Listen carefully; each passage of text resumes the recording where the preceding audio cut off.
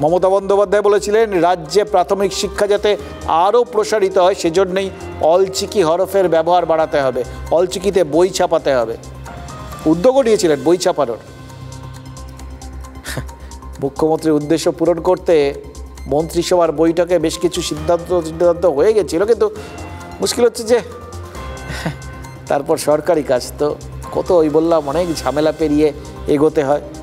সে সময় ঠিক হয়েছিল রাজ্যে 145টা প্রাইমারি স্কুল যেগুলো ওই আদিবাসী অধ্যুষিত অঞ্চলে রয়েছে সেই স্কুলগুলোতে অন্তত 2 জন করে সাঁওতালি ভাষা জানা শিক্ষক বা শিক্ষিকা নিয়োগ করা হবে।